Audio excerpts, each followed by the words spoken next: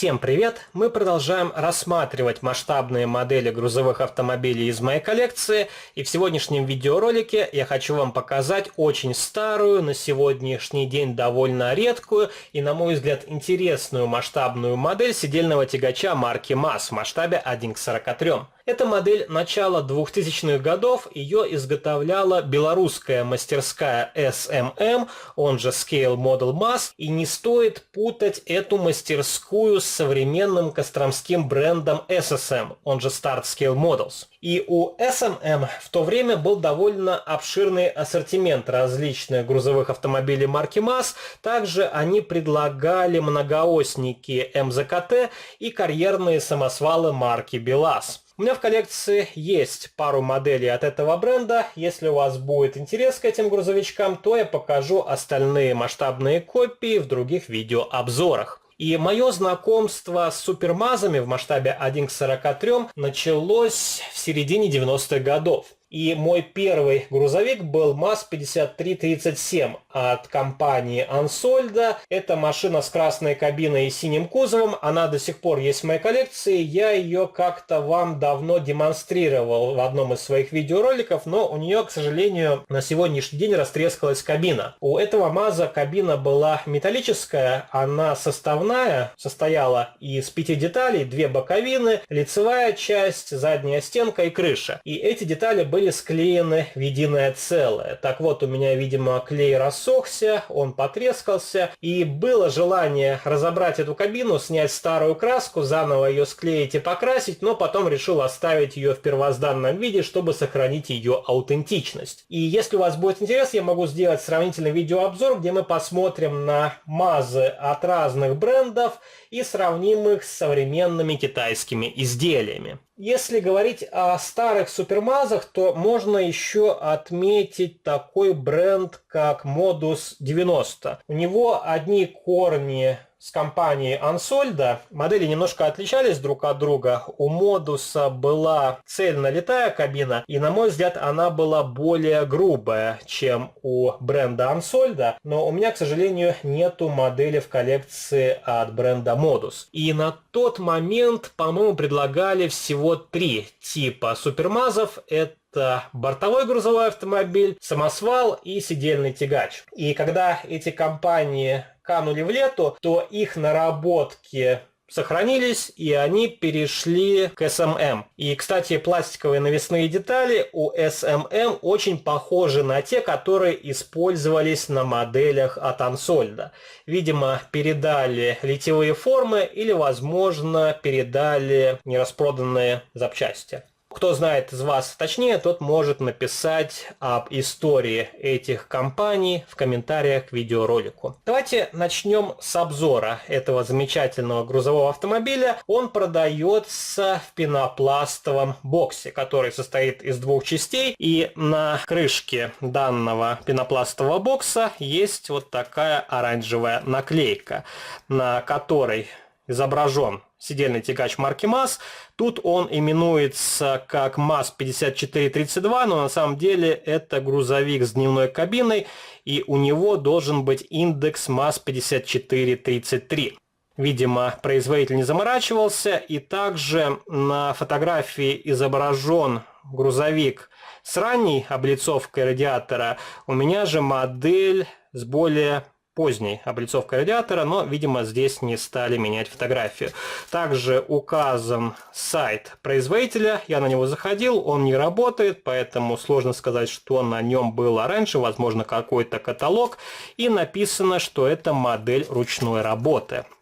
Хотя упаковка здесь, я думаю, промышленного производства, потому что вырез для упаковки модели изготовлен очень хорошо. И я думаю, что вручную его так не сделать.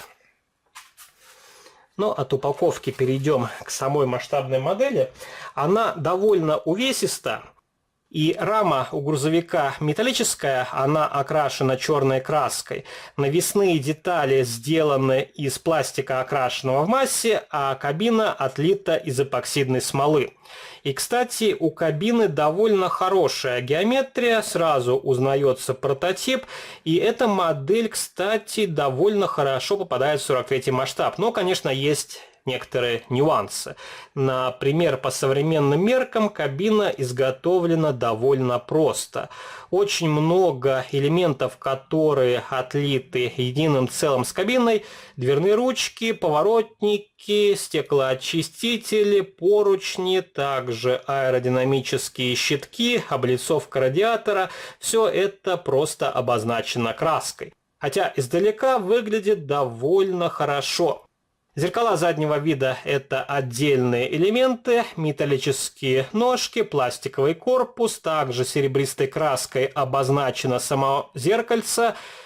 Интерьер кабины черного цвета, присутствует рулевое колесо, сиденье, остекление здесь пластиковое. И, конечно, от времени немножко повело стойки, как вы можете видеть, они искривились. Но тут опять тоже есть некоторые нюансы. Во-первых, это эпоксидная смола, довольно тонкий элемент. И, как вы знаете, смола со временем может изменять свою форму. И, видимо, здесь как раз от напряжения немножко выгнуло стойки. Но они пока что не сломались. И это радует. Также на облицовке радиатора присутствует шильдик МАЗ, но он отдаленно напоминает настоящий. Здесь что-то похожее на ладью, окрашенную серебристой краской, хотя должна быть надпись МАЗ. Также установлены регистрационные номерные знаки спереди и сзади, и есть опознавательный знак Республики Беларусь. И насколько мне известно, на всех моделях мастерской SMM устанавливались вот такие регистрационные номерные знаки красного цвета. Также довольно хорошо изготовлена светотехника, присутствуют противотуманные фары, хотя на этих грузовиках, насколько мне известно, противотуманки с завода не устанавливались. Довольно хорошие покрышки, также вполне копийные колесные диски. В целом для этого времени вполне хорошо изготовлена ходовая часть, присутствует карданный вал, выхлопная труба. Также можно поднять кабину, посмотреть на то, как детализирован двигатель. Тут мотор шестицилиндровый ЯМЗ 236. Он тоже из пластика, окрашенного в массе, поэтому со временем некоторые элементы тут пожелтели. Рабочее седло. Задние фонари окрашены краской, выделены огни заднего хода, поворотники, и также сзади присутствует ограничение скорости. Вот такой довольно симпатичный грузовичок, который может занять достойное место в вашей коллекции, если вы собираете ретро-модели. Но, опять же, сейчас эти грузовики стоят довольно дорого, где-то 8-9 тысяч рублей за такую базовую модель. Если это будет карьерный самосвал БелАЗ или многоосник, то их цена может достигать 25 тысяч рублей. И, конечно, за эту цену проще приобрести что-то более доступное, бюджетное и с лучшей детализацией. Хотя свою модель я не планирую продавать, а оставлю ее как частичку истории.